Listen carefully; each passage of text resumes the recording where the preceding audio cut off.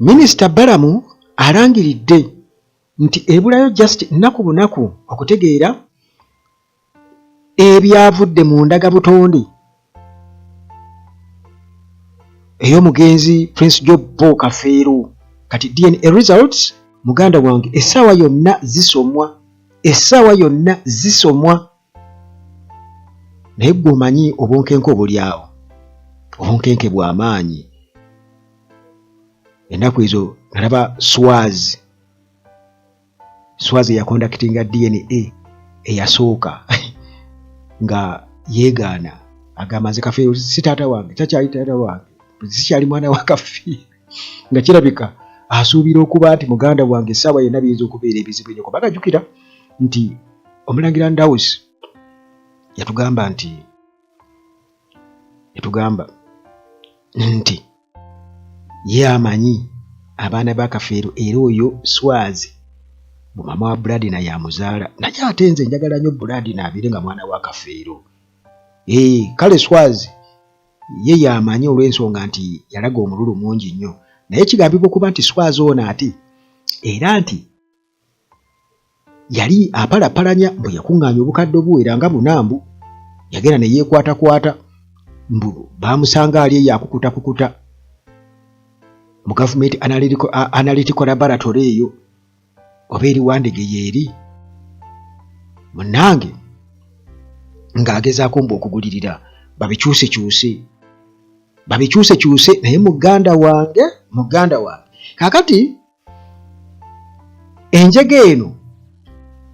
ey'okubuusabuusa oba okukaayana ku kufa kwa Prince Job Paul Kafeero n'abaana baazaala ne baatazaala emaze emyaka 19. Dispute eno emaze emyaka 19 era nga muganda wange bwe tutyo twolekedde okubeera nga tutegeera lineage eya omugenzi legendary Kadongo Kamu musician Paul Kafeero. Muganda wange tugambe ebula nnaku bunaku. Kakati olunaku olwokuna June nga 25 2026 Uganda Police Force okukosa ne Directorate of Government Analytical Laboratory bano officially bagenda kubeera nga bata results zino era bagenda kuzisoma DNA findings. Muganda wange nga bagenda kubeera nga bakikola ku bantu oba 25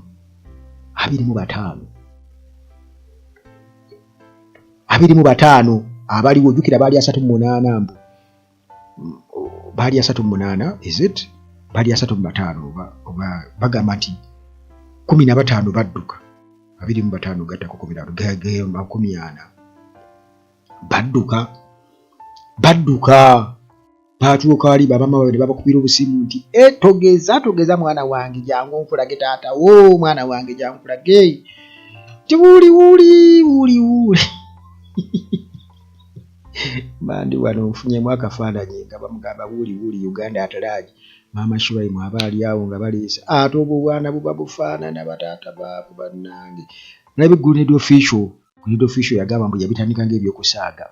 mbu naye bwe ne bamugamba ba ankobe gwe nno okyali mu byakusaaga naye oyo ye taata we ebyaddala. Kati siyinza kumanya oba Grenade official yagenda naye ne bamuggyako endagabutonde.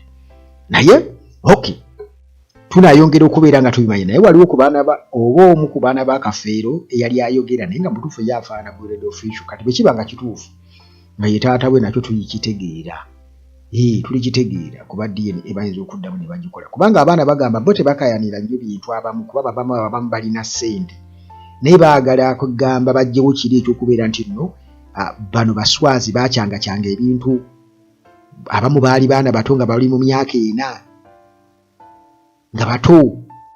Baswazi ne bajja ne babaliivula. Kakati munnange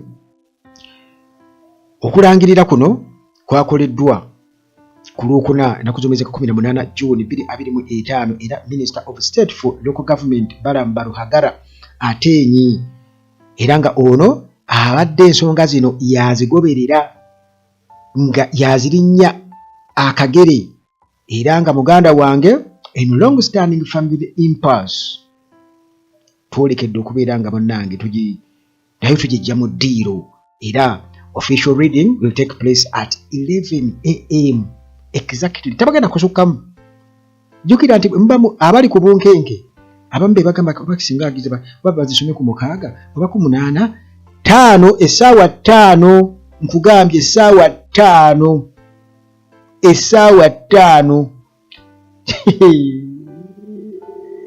wali ku police headquarters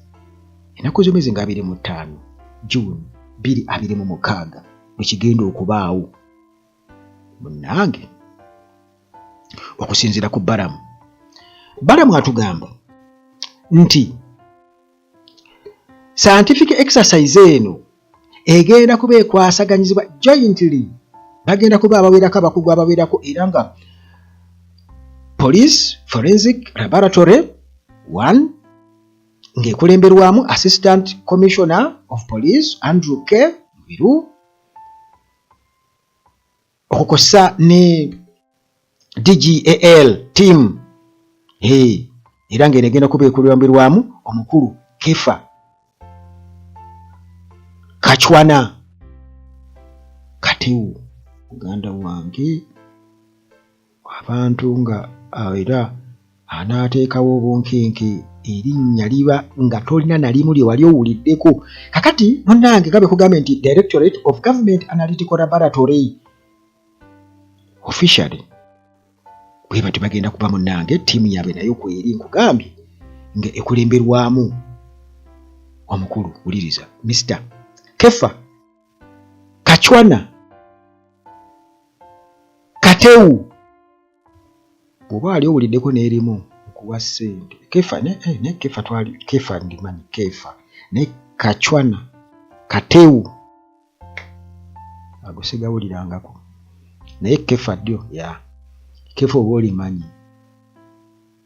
naye muganda wange amalusu gaba gaakukaaye edduuli awo musajja agamba nze bampita nze nno nze ngenda okuba I am going to take you through the results. My name is Mr. Kefa Kachwana Kachwewu kati nange oba agambye ati ati ng'obunkenge munnange bususse akali munnange bwatyo Balamu yasiimye nnyo police forensic experts abakugu ne Government Analytical Laboratory team olwa dedication okufaayo n'obukugu bwe bataddewo professionalism era nga okubeera nga bakoze n'amaanyi tireless efforts in bringing closure to this 19-year family dispute emyaka 19 nga bali awo nenze awo enfunda obusungu bw'amaanyi kubanga tubadde tulaba bano bamisa kisomokola basuka ne babyeteekamu bannange temuziikula bannange oli simanya aloze nazo bujoyi ye emizimu gimwogererako tegisobola kumugamba nti bano abaana sifuta ababazaala oba sinza abazaala wabula omuzimu guba gumwogererako buli kaseera guba gumuloosa tegumwogererako ne gumuloosaamu nenge tusobola muloosa nti ono si wange nono wange simanyi kuba nabyo byansobera oba okitegeera okubaloosa babaloosa naye tebatubuulira naye ng'ate be bagaana okuziikula ebisigalya byakafeero bagone dda kijja kuba kimutyoboola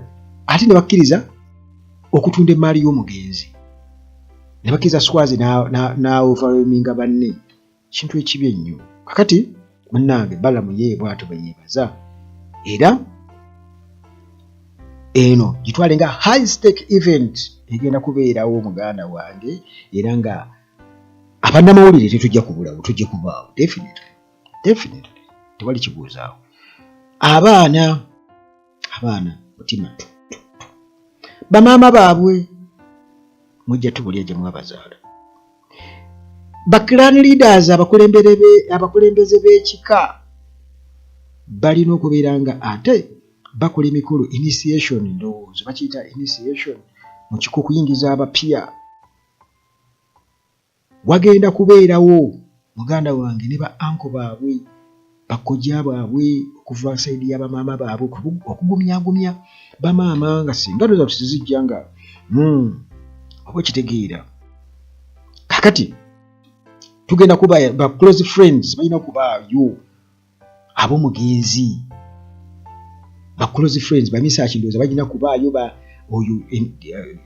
aloze masubujjo tajja koma kulosi ba muzimu ino kubaayo ku muzimu gwenzo okujalira n'asumagira mu katono n'atubulira bugambye nti bimwazi kulasibye bio ndowooza kakati n'abalala bannamawulire bajja kubaayo